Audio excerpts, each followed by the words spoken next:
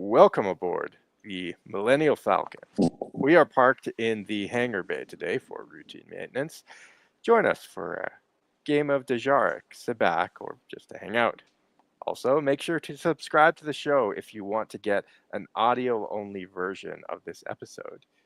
By doing that, you can become a Patreon on patreon.com/StarLores, and for as little as $3 a month, you can get access to that. Otherwise, everyone has access to these live streams for free on YouTube only. It will not be in audio on our regular podcast stream. It will only be for free on YouTube. But if you like to listen to the audio version, while you're driving to work or whatever, and you're a patron, then for sure you can get that. All right, boys, how you doing today? We are joined by Christian and Frankie. What's up, guys? Hey, how Not you too doing? much. How's your week been? Is it cold up there in Canada? Cold and sick are the two words I would use to describe my last week. So, That yeah, sucks. pretty miserable. Yeah. Yeah, same. I'm sorry to hear that. I'm stateside right now. I'm down in Arizona, and I'm not cold or sick. Living your best life. Living my best life, yeah. Soaking up some rays.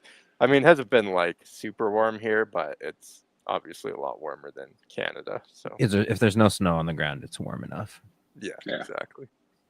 I think they're saying it's gonna hit minus 45 tonight. So Really? Yeah. Ooh. yeah, I gotta call my dad and make sure nothing falls apart in my house. Yeah. Oh, I get so worried about my house when it gets that cold. It's Yeah. It's funny. We have the two extremes. We have Hoth up here, and we got Tatooine down there. Yeah, exactly. perfect. Yep. All right, let's get into it. So obviously on these live streams, we just like to talk Star Wars stuff. It can be really anything, but one thing we like to get into is just, news and rumors, current events, Star Wars stuff that we don't really discuss as much on our regular Star Wars feed. So let's get into the first headline here. So I thought this would be an interesting discussion point, and I want to see what you guys think. Disney subs are down. The company reported earnings on Wednesday. I think it was probably almost a couple weeks now, 2 weeks ago, showing a significant slowdown in the numbers. General interest in Disney Plus is lacking, especially outside the family market.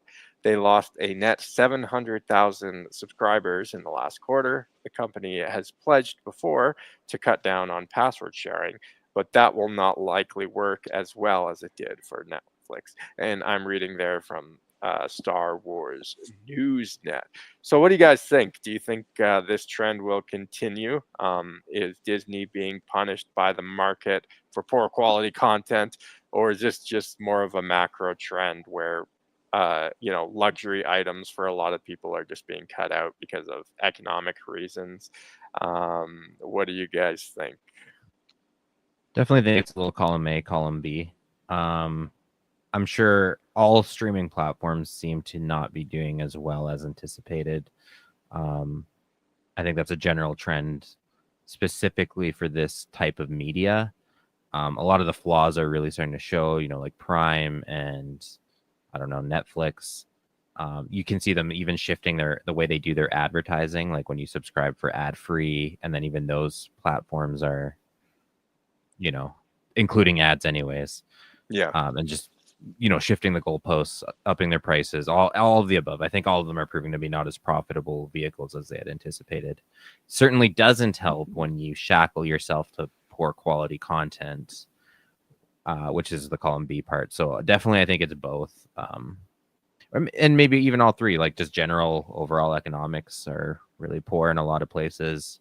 People are looking to trim the fat in their budgets, and unfortunately streaming is one of those luxuries that they don't need to survive. So I shouldn't say unfortunately, it's just a reality, but yeah. Yeah, I think it's probably along the same lines. Like, yeah, there's been a downward, correct me if I'm wrong, but I'm pretty sure there's been a downward trend in subscription for Disney in general. Hasn't there over the last year? Yeah, I mean, I know the Marvel movies have been doing really poorly at the box Yeah. office. It's again, it's so hard to say. Like, I do want to say it's just like crap content, and that's Mhm. and part of me wants that to be the case, but I do also know there's just a general trend of Yeah. movies not doing as well in general. So it's hard to just pin it entirely on bad content. Obviously, that doesn't like make it any better, but Yeah. I I don't know. I didn't really look up to compare to other subscription platforms, like Amazon Prime or Netflix, to see what their numbers were in the last quarter. If I, I'm not even sure they post their numbers publicly, all of them. So it might Oh, really? even, yeah, it might even be hard to like totally compare. They just post like their public financials, which is just like total revenue, but they Right. might not post like specific subscriber numbers like Disney does. So I don't know. It's hard to say without something to compare it to. But 700,000 seems like a lot in a quarter to lose. It sounds like a lot. Yeah, I but and then I don't know. yeah, bringing it back to the content side of things. Like personally, I can't even think of anything in the last 6 months that I've been excited to even watch on. I have the streaming, obviously, right? But like yeah, just in bringing it back to just the low quality content that's been being put out. Like there's nothing even outside of like let's even back up from the Star Wars side of it and just look at Disney as a whole. There hasn't even been anything like content wise that's been even remotely sparking my interest. So like I had, apart from doing like some of these watch parties and stuff and watching stuff for just this live stream, like I haven't been using the platform at all, right? Yeah, That's my personal anecdote, right? No, I was gonna actually just to echo what you're saying there. I think there's a whole dearth of poor quality content in all platforms, all kinds of media, everything from movies, television, video games. I think all media is suffering right now, and I think Yeah. that part is definitely attributable to poor quality and like people would be more willing to, maybe spend a little more even during rough times as even escapism, but they don't even have that. Yeah. So yeah. Like if there's a show that you love and like you cannot wait for the next season to come out, you're gonna pay for it. You Yeah. like you will pay for it. You'll figure out a way to pay for it, right? But if there isn't, like, if it's like, yeah, it's a nice thing to pass the time, but there's nothing that I'm like in love with here, then eventually you're just gonna be, why am I even paying for this, right? So Yeah. Exactly. And a lot of franchises have been relying on that fan base goodwill that they've just obliterated. And that, again, that goes from beyond Star Wars, like Marvel's doing it. Any big name franchise, they thought that they could get you in the door just by brand name alone.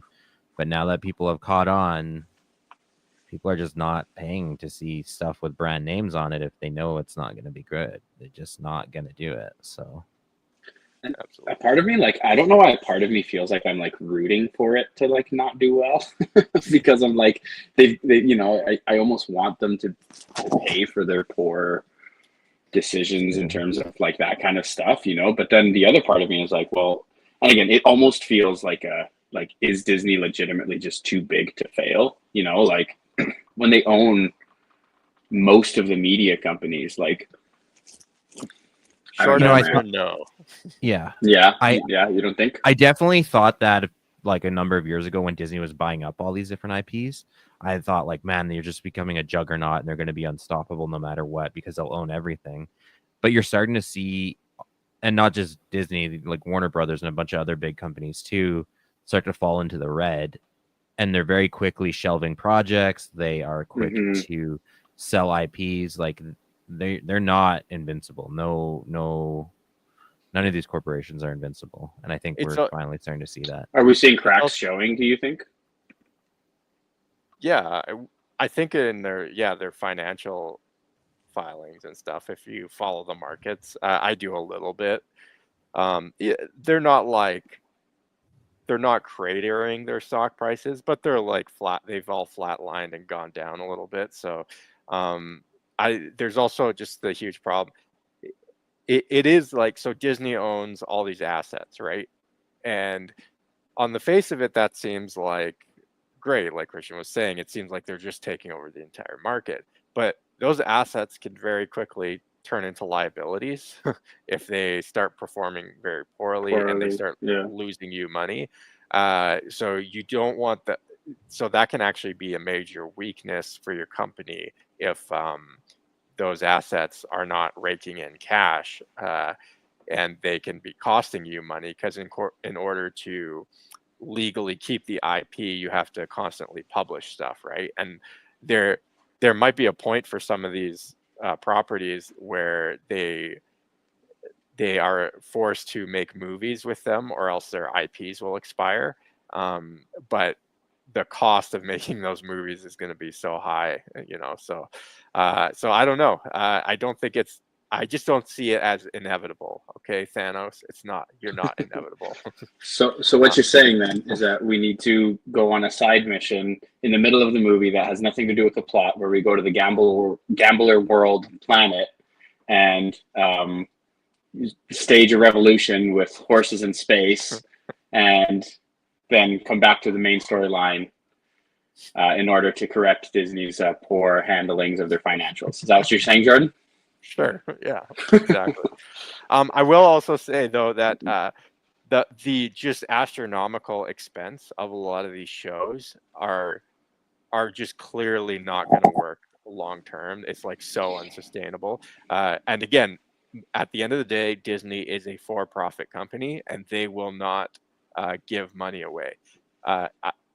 The Acolyte is a clear example of something that cost them so much with so little in return. I think it was, I believe, someone could correct me, fact check me on this, but I believe it is the most expensive, or one of the most expensive television shows ever made.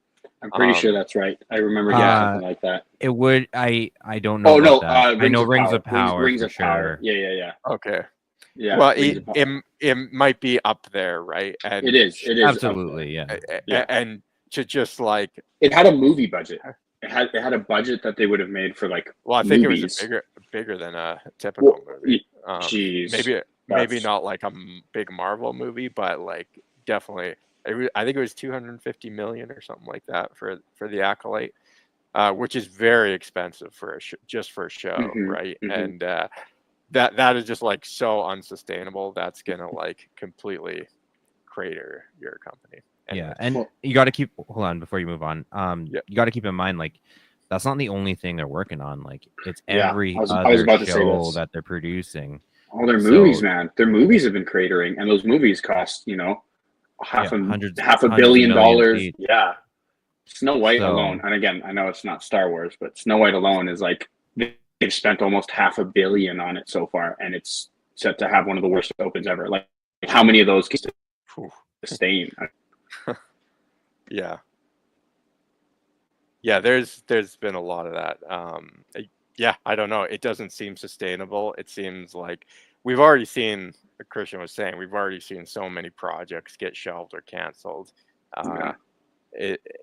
I think even Disney knows this. There's no way they don't know it, right?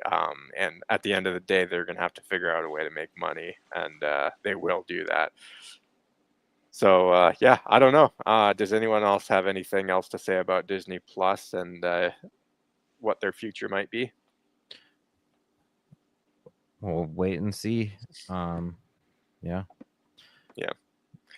All right. So our next topic of discussion here is sort of segueing from the Disney Plus stuff is Ahsoka season 2. What do you mean segueing away? This is the same thing. It's a segue into this topic. Okay. Yeah. So Ahsoka season 2, they have greenlit it. It is going to be made. It's still in pre-production. And how long ago did the first season like wrap up? Like, it's been over I a don't year. even It's know. been like I 2 don't even years. know. It dropped in 2023. Yeah. So Yeah, so like 2 years almost. yeah. And it's still, from what I read, the latest news is it's only in pre-production, so they haven't even really started filming yet. Yeah. So I don't know. Do you guys think Ahsoka season 2 will do any better than Ahsoka season 1? Do you think anyone will watch? Do you think anyone will care? I Did think you guys watch? Oh, sorry. Go ahead, Christian. Go ahead. yeah, I did watch season 1. Did you? Yeah. I do think that it won't do as poorly as other Star Wars projects released recently, but I don't think it's going to do well. So it's still probably going to be a meddling series that's still going to cost a lot of money.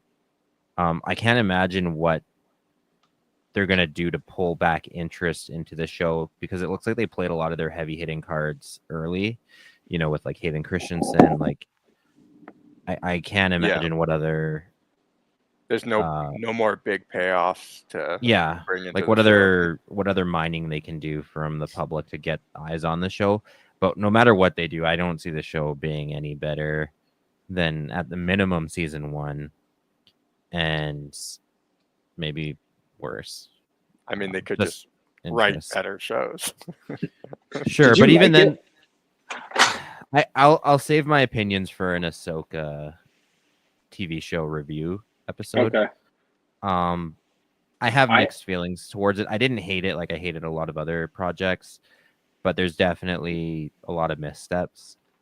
Yeah, when I saw some of it, and so Ahsoka was like one of my favorite characters from the Clone Wars TV show, and I intentionally skipped it after Obi-Wan. I was like, I didn't want to taint my opinions of Ahsoka and like how much of a cool character she was from Clone Wars, so I intentionally didn't watch Ahsoka the TV show. And I've tried to stay away from like some of the media around it, because I've heard some things that I thought were kind of weird, and kind of some weird directions they went with it. But maybe now that I should probably watch it now if we're gonna do a review of it. That would be. Yeah, at some point you got to watch it all. I know. But yeah, and that's not a general rule for everyone. It's just honestly just because we run this show. Like, there's lots of stuff I would not watch if I didn't feel compelled. Like, I'm not going to opine on something that I didn't actually review myself. But Yeah, so I feel obligated. But I'm not telling other people, oh, you have to watch it. I definitely know it. If you think it's trash, don't waste your time. I wish I could. I wish I could spare my time. We recently reviewed the Star Wars Holiday Special, which was special in a lot of ways. And if you're a Patreon member, you can get access to that episode. Patreon.com/StarLords. Become a Patreon member, $3 a month. Please make it worth our time that we invested in that, because that was surprisingly a long production, and that was really it was hard to, actually recording about the episode was more fun than actually watching the episode. So yeah, it was rough. But yeah, I think our next one will be the Ewok show. Ewok. Yeah. Oh God. Yeah. Again, like we have to do it. That's what I'm saying. Like, it just has to be done. Someone's got to do the work. But back to Ahsoka season 2.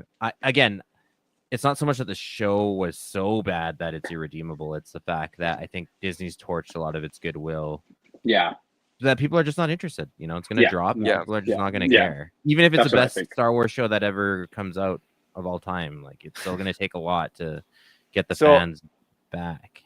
I disagree a bit with that sentiment. I think if it was a really good show and really engaging story that a lot of people really like, I think even if it didn't have great numbers at first, the just the reputation of it, the word of mouth would eventually get around that it would see an uptick in viewership if they just made like a really good product.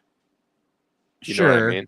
But it's all on a relative scale. That's the problem. Is it going to make back audience goodwill of 1999? Pre opening night of Phantom Menace? No, of course not. So like they can only achieve up to a certain amount back. I think they're trying to like capture, because I mean, to piggyback off what Jordan was saying, I think I agree with him because of the success of Mandalorian season 1 and 2, and how it brought people who never, like, people were talking to me about Mandalorian 2 who never, I would have never suspected them to have any interest in Star Wars whatsoever. And so, like, I think they're just trying to get another one of those with all of these TV shows, and just none of them are taking, you know? So, but if they were to make something that is of high enough quality to capture audiences back, I do think it's possible, because Andor, I think, did the same thing. Yeah. But again, but that's on on a a lesser relative scale. and that's Yeah. exactly the problem. Is it's on No, but on a I'm saying relative- Mandalorian reached out to audiences that didn't previously engage with Star Wars. And, Sure. you know, Which is And I also don't- interesting on that point too, that Mandalorian did reach a lot of new Star Wars fans, because the Mandalorian, in terms of spirit and essence, is, like, to me, the closest thing in the modern era. Even I would say with the prequels, that is, like, in spirit and essence similar to the original trilogy. yeah, Um, agreed. and it was able to get a whole bunch of new fans. Yet for some reason, Disney keeps telling us, like, just good old Star Wars is not capable of getting new fans, Yeah, right? and it's Like, just not true. It's not true. Yeah. It's entirely dependent on the content, I think, right? Yeah. And again, bringing it back to Ahsoka, it makes me not. I don't know. I have very, very low hopes for it. I don't. Unless we review it, I won't watch it. fair. One kind of note on the Ahsoka show too, it should be mentioned. They did make a pretty big casting decision. So, for listeners familiar with the topic, Ray Stevenson, who played the character Baylan Skoll, passed away, and he's kind of operating as one of the major antagonists of the series. Ray Stevenson of Rome fame, if anyone's watched HBO's Rome, fantastic series, definitely go give that a watch. And they've replaced him with Rory McCann, who played the Hound in Game of Thrones, I believe. He's quite an intimidating and large actor. So that too will have, whenever you have actor changes in the midst of production, like a central character, it can be weird. Yeah, absolutely. So we'll also see how that kind of plays out, and if that has an effect. I mean, McCann will also bring his own fans too to the scene that might not have otherwise watched. So we'll just have to see. We'll wait and see. Yeah. Anyone else have any other thoughts on Ahsoka season 2? Not holding my breath, like I said, but yeah, I don't know. All right, so we'll get into our last headline here, and then we'll talk about a couple other discussion points. But last headline: Rain Roberts out from Disney. So just to give everyone a little context, she was the vice president of film development since 2012, and she was there prior to the Disney acquisition. She was an executive producer of The Acolyte and has had her fingers in a number of fledgling Disney projects. Her dismissal has been very quiet, and most people only found out because a new guy has replaced her. And she had sort of been, this is very inside baseball, but she had been a little bit trotted out because she is a woman of color, as, like, this great forces female sort of asset to the creative Star Wars team. And then all of a sudden she's, like, replaced by a white male, which I thought was kind of funny, but because of the way they presented her. Do you think this is kind of it's kind of odd, eh? Like, the way she was dismissed, because they had, like, sort of publicly trotted her out in the past, and now they just, like, quietly threw her away. Do you guys think there is maybe a change in guard or a change in philosophy in the Star Wars, in Lucasfilm, in terms of how they're approaching creative projects. And this woman was a big producer on Acolyte, probably Star Wars' biggest financial flop to date. So do you think maybe there's some hope that they're going to bring in some people with, I don't know, some talent? Yeah. I'm not super familiar with this person or their like creds. So I'm hesitant to comment necessarily on how much she's involved in some of the failures or successes. The fact that she was, president of film development since 2012 specifically is definitely a huge red flag. Or no, sorry. When was the acquisition? In 20 I think it was 2012. Was it 2012? Yeah. Okay. But she Yeah, was so there like right before yes. So Disney. she was brought on before Disney Yeah. then, in which case like it wasn't Disney's fault that she would have gotten in. And if she greenlit something like Rogue One, like that should also be a credit to her as well. But I don't know. I don't know if that information is out there somewhere. Definitely, like if you look at all the movies in aggregate, like it's way more failures than successes across the franchise board. And I definitely think there's some other heads that need to be dismissed at Disney. Absolutely.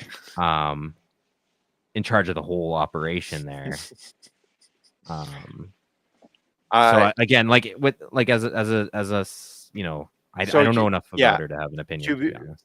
To be fair, she was involved, I think, more like with the talent side and stuff, and maybe not as much with like the direction. But it seems like in her career, she got more and more bigger credits to shows, and especially more recently. And her biggest credit was an executive producer on Acolyte, which is like one of the biggest. You're like Absolutely. you're basically in charge of that show. And it was like, obviously this is the Acolyte. We'll just say, hey, if you like the Acolyte, that's fine, but just pointing out it was an objectively financial disaster for Disney. So and it was objectively horrible also, I will say. Well, I'm not going to say objectively, but yes, I will say objectively. Okay. I think some things everyone can agree on, and if you don't, you're in denial. But but like obviously some heads, but I am a little annoyed that like Disney, like it's almost like they're trying to not admit that they've made any mistakes. They're just like quietly dismissing people and putting them in charge. And I don't know. I mean, it goes all the way to the top, man. Like the way they dropped Bob Chapek. Was it Chapek, the one that they dismissed like over a weekend? Think so. Yeah, right. Like it goes all the way to the top. The two Bobs, yeah, and then rehiring like Iger back. Yeah. I think that just speaks to the business culture. Like Disney will not admit its mistakes. That's allegedly bad for the brand to admit that they did wrong, even though I think it would do them goodwill within the fan community if they just sucked it up.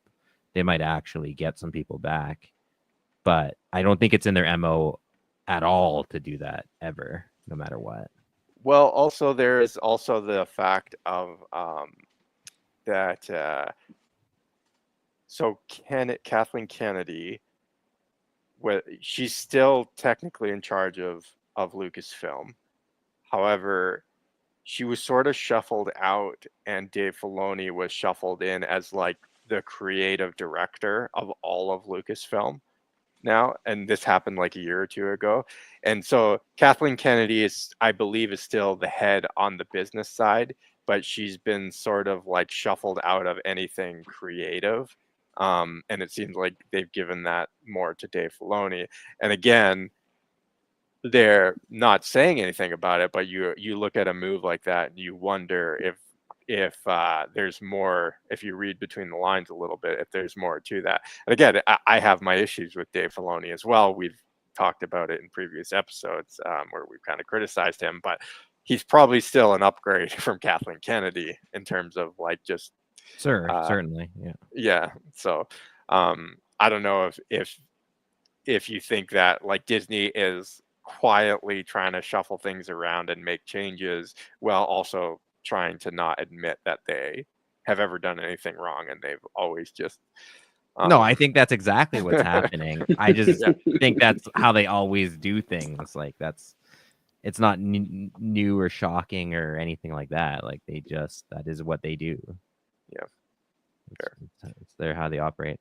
I was just looking through some of Rain's like other projects. Some of them I've never heard of. Like most of them I've never heard of that she's been involved with directly. But she was a creative executive on Solo, so that's not good. The Last Jedi, not good. Rogue One, good, and The Force Awakens. So she's batting one out of 4 there. Yeah. And then she was on the story group for Rebels, which was, it was all right. So definitely not top tier, but definitely I wouldn't put her as like the linchpin for the failures at Disney. I think there's, like I said, fair. there's a number of more people that need to go. Do you think that this might be the start of? So if you're looking at that, what do you call it? Like her credentials or whatever in terms of her tags for what she's worked on. Do you think this might be the start of starting to clean house on some of the top level? Because what business is going to keep people on who just keep again somebody batting 1 for 4, right? Like at some point that stuff does start. So do you think that this is maybe the sign of the start of more executive heads rolling, and she's just the first of many to come, or do you think it's a one-off? I think a lot of people that were like heavily involved with the Acolyte actually did suffer for their involvement. I think that was one that even though Disney didn't publicly say anything about, they started acting on it right away, cutting people who were involved with the project. And I actually think that's probably where why Rain was ousted is probably more to do directly with the Acolyte than any of the Acolyte's failure projects. Yeah. I mean, they were pretty quick to say there was going to be no season 2. Like it didn't. It was basically right as soon as the first season ended. It was like, yeah, we're not renewing for another season. Yeah, I think it was just such a financial failure that it just like there was no escaping kind of the gravity well that it created. I will say that even though I dislike it, The Force Awakens was commercially very successful, and Rain is credited with that too, right? So even though I'm saying she's only batting 1 for 4, technically, like if you come out swinging with a multi-billion-dollar win like that, you can ride that success for a long time, quite a while. Yeah. So, good point. Yeah, again, I don't think this is a major shift. And also I would keep an eye out on like the Marvel franchise and see how they change things around, how they shuffle the deck over there with their projects and directors and creatives.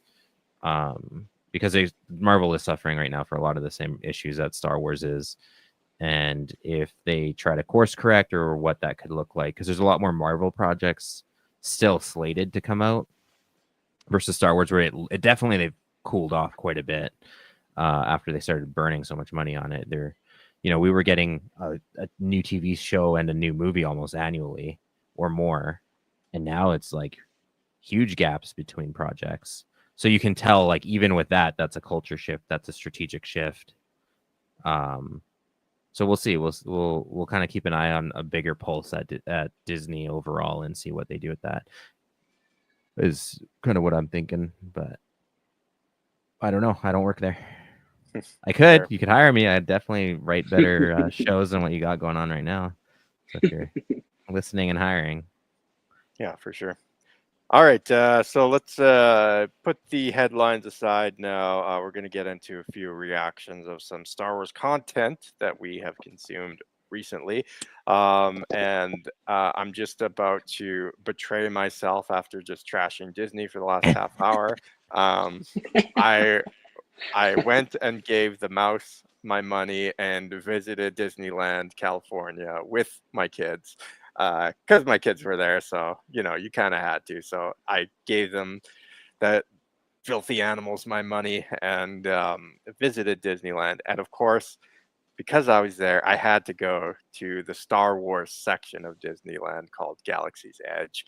I'm sure all of you guys have seen the videos or pictures of it. And yeah, I wanted to give my reaction on Galaxy's Edge. And I'll have to say, for the most part, I was quite impressed. It's a pretty incredible set they've built. It's very immersive. In fact, I would say of all the Disneyland, of all the sections in Disneyland, Galaxy's Edge is probably like the most well done, and it's the most recent too. To be fair, like it's a lot of the other sections of the park are a lot older, so they've just upped the ante every time there's a new section. But man, they did a pretty good job at Galaxy's Edge, and it's very immersive. Like you feel like when you're walking to that section of the park, you're walking into that world, and they have the characters walking around. Din Djarin was there. I took a picture with him and Grogu and my son and a few other characters. There were some stormtroopers walking around. Blah blah blah.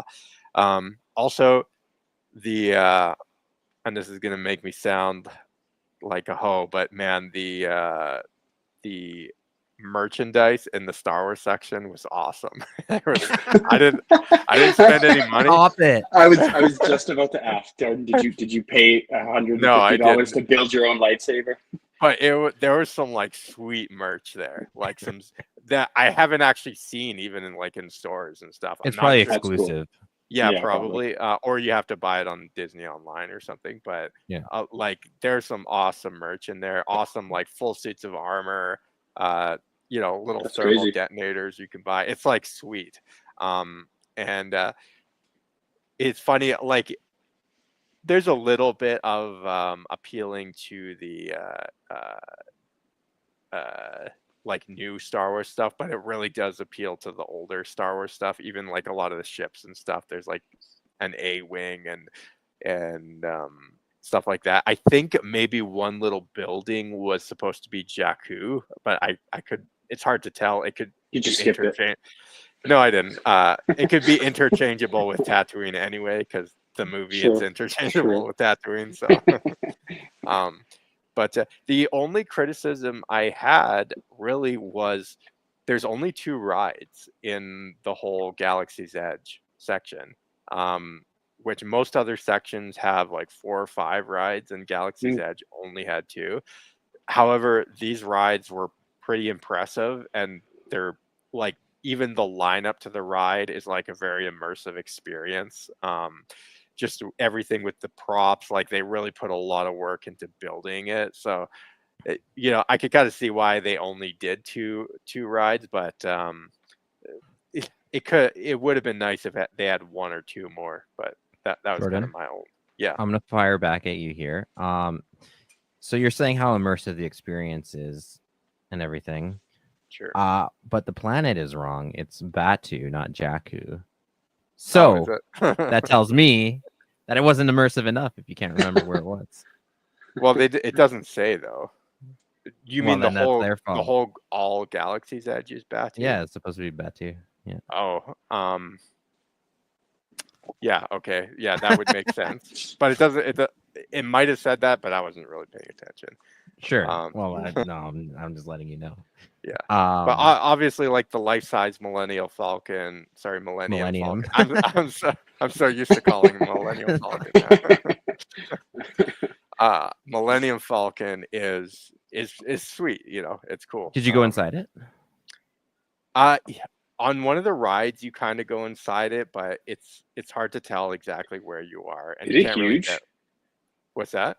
Is it huge? Oh yeah, it's really big. I'll post some pictures on our social media. I snapped a few photos of me there, so I'll post some photos of.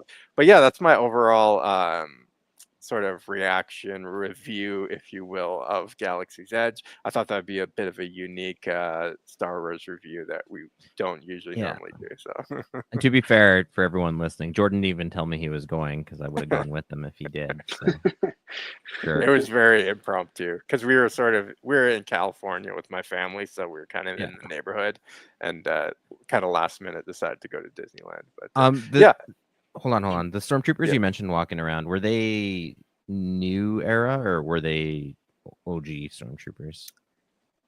Yeah, like they were new era. They were definitely new era, like the more clean looking first order ones. Yeah, first order ones. Yeah.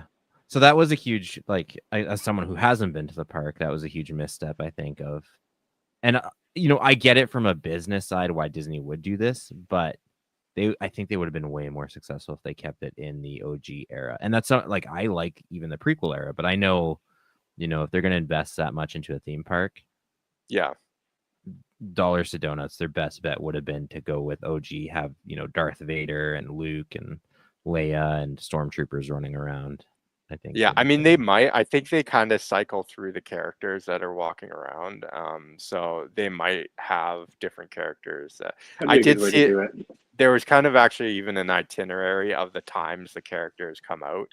Okay. So that you can like go get pictures with them or whatever. But Yeah. I'm sure over every few months or something, they cycle out different characters. So Okay.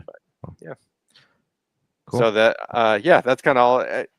Mostly positive, I would say. It's kind of Surprisingly. awesome. Yeah. Did they have any Star Wars food there? Yeah, actually, the like concessions there. Was it like Star Wars themed? Yeah, it was like Star Wars themed. cool. Unfortunately, they were selling blue milk, which I just thought was the most tacky. Did you try it though? No, I didn't. Okay, I'm not paying $11 for a glass US of milk. for blue milk. No. Okay, was it literally milk that just died? I don't blue? know. With food? I doubt it. I Okay. doubt I it. don't. But they did have it was cool. They did have like a cantina where they sold like actual alcoholic drinks, right? So Yeah. it's cool. Did they Right. have like the musicians playing and everything? That would be cool. No, but they It have has to the music. Okay, playing. all right, that's Yeah. fine. That's fine. Eat some real bantha burgers and Yeah. they won't even That's tell you cool. what the real meat is, like in real life. It's like rat meat or something. They Yeah. just market it as bantha burgers. Yeah. So that's it. All right. Let's. Well, I'm glad you move had on. fun. And I was you about to say, your I'm glad money's you worth enjoyed out of it. yourself. Yeah, no, I but did. honestly though, that's cool because it'd be lame if you like. How much is admission to Disneyland? I think if you want to go for a day, for adults, it depends when you go. If you go midweek, it's like $100 per adult, and That's then not as bad as I thought it'd be. it's actually $50, but for kids 3 and over. So my 2 youngest got in for free. Sweet, So, that's not yeah. bad. So for all of us, it actually wasn't terrible. You could get better prices if you do like the 3-day pass. Yeah, But also the weekends like go up. They lot. pretty much double on the weekends. Brutal. Yeah. And we were there like on a Wednesday, and it's kind of cold, and it's not a busy season, and the park was packed, man. By noon, it was just like completely packed. So I think it's just like that all the time. It's something that's fun to do once, but it's not something I think I want to do a lot, just because the crowds are so bad. And I think we ended up only going on 6 or 7 rides because you're just waiting in line. Waiting in lines. Yeah. So, but it's a fun thing to do. All right, let's get on to we're gonna wrap this up soon, but we want to do one more reaction. Frankie finished the whole first season of Skeleton Crew. Give us a summary reaction. Don't go into too much detail because we do want to review it eventually. Okay. But give us like a summary reaction. What was your gut feeling about it? Mixed reviews. It was like there was some really cool parts. I gotta be honest, and I went into it actually like not wanting to like it, but one, Jude Law he's a good actor. He's probably the best part of the show, to be honest. Okay. But then there's stuff that happens with his character that you're just like, God, like what the? And I found myself doing that a lot. I was like, this is kind of cool. This is kind of, God, what the heck, So it was like, question. Do they make him gay like they do in the Fantastic Beasts series? Sorry, I missed that. Sorry, what did you say? Do they make his character gay like they do in the Fantastic Beasts series? No. There was actually, but there is, yeah. You'll catch some stuff, but not his character. No. Okay, I just wanted to check. Yeah, and then there was honestly there was really cool parts, and then there was some other parts that were serious missteps. I would give it. And like even entire episodes were like kind of brought down the entire series. And I don't know, again, I don't want to spoil too much, but on one point they go to this one planet and it started out really cool, and like the idea, and again, there's some really cool concepts, but then they just, and then to be honest, like the last episode, the series goes from kind of like, oh, this is kind of okay, this is kind of cool, catches my attention, and then it like dips, and it's like, oh, it's not that good, and then it kind of builds back up, and then the ending just craters, dude. Like in terms of really? quality, in terms of story writing, in terms of it just cratered. But there was really cool ideas. Like it, yeah. I don't know. I don't know how much you guys want me to spoil or how much you want me to say. Can you give it a number value, like 1 to 10? Like a 6.5. Okay. Yeah. Yeah. Would you recommend, like, if you like, leaving aside everything else, Disney, Star Wars, would you recommend anyone watch it? Or is No, it you don't better have to thing watch to do it. with your time? Yeah, no, you don't have to watch it. Yeah, it's, You know, it's not. I- You're not missing anything. You're not missing anything. No, no, you're not. When I recommend shows, like I have to love that show. Yeah, Like, to me, it's yeah. got to be a 9 or a 10 in my book if Yeah. I'm going to recommend it to anyone. It Yeah. can't just be like, oh, that was a decent show. That was 'cause, fine. No, Yeah, the then I'm not going to the recommend it. the time to payout ratio is not there at all. And honestly, because I was thinking, I was trying to keep in mind the whole time I was watching it, the fact that it is a children's show, and I was trying to keep in mind, I was like, would I want my daughter watching this show? I was like, no, like there's way better shows to watch. Like I wouldn't even waste my time watching that with her, when she gets to the age where it would be like applicable to her. Because, at the end of the day, it's a coming of age story, right? And I think they don't even do that very well, to be honest.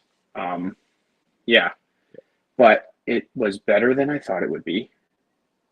It had really cool concepts, which is what's really unfortunate about it. How many episodes have you guys seen of it? I just saw the first one. Oh, and you, Christian? Yeah, same. Yeah, just the first one. I don't even think I finished the first one, to be honest with you. Yeah, it's again, if there's going to be a review coming on it, yeah, you're not Save it missing for them. much. Yeah, Okay. Well, fair but We had one good I experience. didn't- one bad experience. I didn't hate it. I didn't like watch it at the end, but I did at the end of it. I was like, I could have done without watching that. And also, I'll have okay, far better than the Acolyte by miles, obviously. But the Acolyte bar is so low that, it's kind of hard to be on par with that. But it got less viewership than the Acolyte did. And I don't know how much of that is I don't know how much of that is attributed to the failure of the Acolyte. Like, I wonder if Skeleton Crew was just doomed to fail no matter what because of its place in the order of release. Had it come before Acolyte, like, I'm curious to know what people's opinions of it would have been. I mean, I can tell you just from literally watching the trailers, because I haven't seen any of the Acolyte yet. I'll get to that. I'll do it. I'll suffer. But the Acolyte, like, I could tell that Skeleton Crew was going to be a superior show to the Acolyte just by the trailers alone. Like, I don't know, there's just something it's hard to pinpoint, but it's like, I laughed out loud when I first saw the Acolyte trailer. I thought it was ridiculous. And Skeleton Crew, they cut a pretty good trailer for it. So yeah. And like I said, there is actually some like really cool ideas. And like that first episode, when you're seeing a lot of like the suburbs of Star Wars and that stuff, there's reasoning for it that actually is like kind of interesting, to be honest, as a concept. Okay. Yeah. Because I was a bit critical of that. Yeah, I don't love it. I don't love how they did it. I think they could have did it better, but it has actually like there's some interesting, and then there's a couple. Yeah, and then there's a couple of places they go, and it's all practical costumes, which is something I really do got to give them. Oh, that's cool. I got to give them props on because that was done well. There's one episode called "I Ain't Heard of No Aunt Adam."